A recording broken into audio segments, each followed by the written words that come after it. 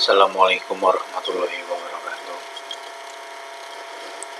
Saya di sini mewakili Nurul Ubaidillah yang akan membahas tentang bab 4, hubungan struktural dan fungsional pemerintah pusat dan daerah.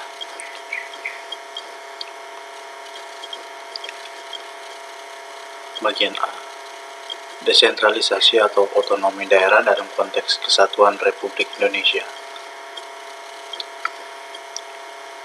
Yang pertama ada desentralisasi. Berasal dari bahasa Belanda, de berarti lepas dan sentrum berarti pusat. Desentralisasi adalah sesuatu hal yang terlepas dari pusat. Desentralisasi terbagi menjadi 3, yaitu ada desentralisasi politik, fungsional, dan budaya. Yang kedua adalah 2, otonomi daerah. Menurut Undang-Undang Nomor 12 Tahun 2008 tentang perubahan kedua atas, Undang-Undang Nomor 32 Tahun 2004 tentang pemerintah daerah, otonomi daerah adalah hak, wewenang, kewajiban daerah otonom untuk mengatur dan mengurus pemerintahan sendiri, beserta masyarakat yang sesuai dengan peraturan dan undang-undangan.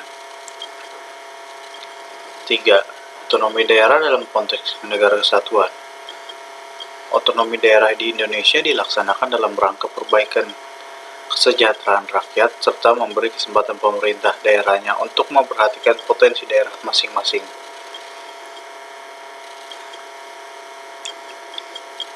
4. Landasan hukum pelaksanaan otonomi daerah di Indonesia. Undang-Undang RI 1945 tersurat dalam pasal 18 ayat 1 dan 2 yang menyebutkan negara kesatuan Republik Indonesia dibagi atas provinsi, kabupaten, dan kota yang mengatur dan mengurus urusan pemerintah menurut azas otonomi dan tugas. Undang-Undang Nomor 23 Tahun 2014 tentang pemerintah daerah mengatur penyelenggaraan pemerintah daerah yang lebih mengutamakan asas desentralisasi, menumbuhkan asas prakarsa dan kreativitas, meningkatkan peran serta meningkatkan fungsi dan peran DPRD. 3. MPR RI Nomor 4 MPR 1998 tentang penyelenggaraan otonomi daerah mengatur pembagian dan pemanfaatan sumber daya nasional yang berkeadilan serta perimbangan pusat dan daerah dalam rangka NKRI. 5.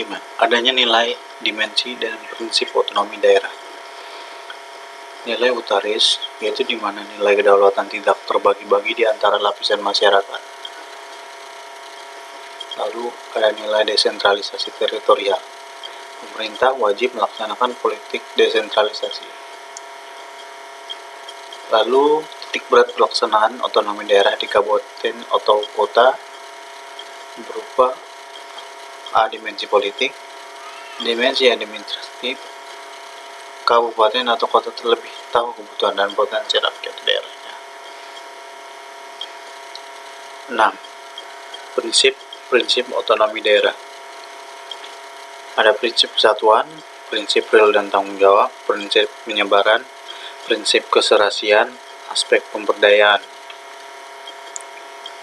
B. Kedudukan dan peran pemerintah pusat. Pemerintah pusat memiliki 3 fungsi dalam pelaksanaan otonomi daerah. Fungsi layanan atau servicing function dilakukan secara adil dan tidak memberatkan. Fungsi pengaturan, mengatur dan memberikan perlindungan pada masyarakat dalam menjalankan tugasnya sebagai warga negara. Fungsi pemberdayaan, pemerintah berfungsi sebagai fasilitator dan motivator untuk membantu masyarakat. Ada 6 fungsi pengaturan yang dimiliki pemerintah. Yang pertama, menyediakan infrastruktur ekonomi, lalu menyediakan barang dan jasa kolektif, menjembatani konflik dalam masyarakat, menjaga kompetisi, menjamin akses minimal setiap individu kepada barang dan jasa, menjaga stabilitas ekonomi. C. Kedudukan dan peran pemerintah daerah. Pemerintah daerah adalah penyelenggara urusan pemerintah oleh pemerintah daerah dan DPRD menurut asas otonomi dan tugas pembantuan prinsip otonomi seluas-luasnya dalam sistem dan prinsip negara kesatuan Republik Indonesia sebagaimana dimaksud dalam Undang-Undang Negara RI tahun 1945. Indikator yang dapat menentukan bahwa pelaksanaan pembangunan secara luas, utuh dan bulat tersebut berjalan dengan baik dan dapat diukur dari 3 indikator. Yang indikator pertama, terjamin keseimbangan pembangunan di wilayah Indonesia. 2. Terjangkaunya pelayanan pemerintah bagi seluruh penduduk secara adil dan merata.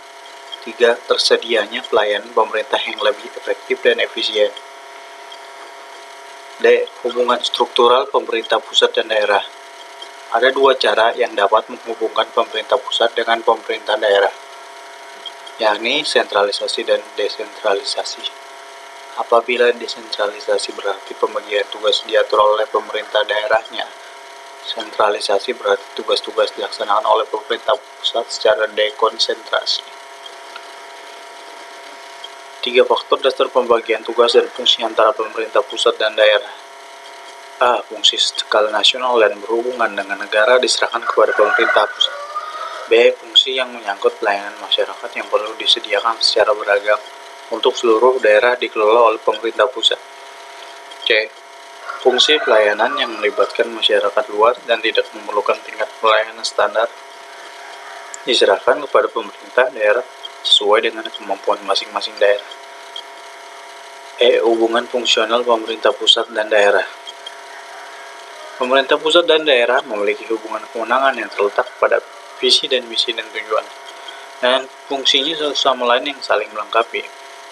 Adapun tujuannya adalah untuk melayani masyarakat secara adil dan merata dalam berbagai aspek kehidupan. Visi dan misi kedua lembaga ini adalah melindungi serta memberi ruang kebebasan pada daerah untuk mengelola dan mengurus rumah tangga sendiri berdasarkan kondisi dan kemampuan daerah.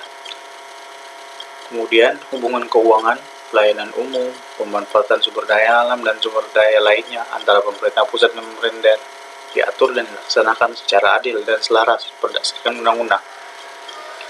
Selesai. Terima kasih. Assalamualaikum warahmatullahi wabarakatuh.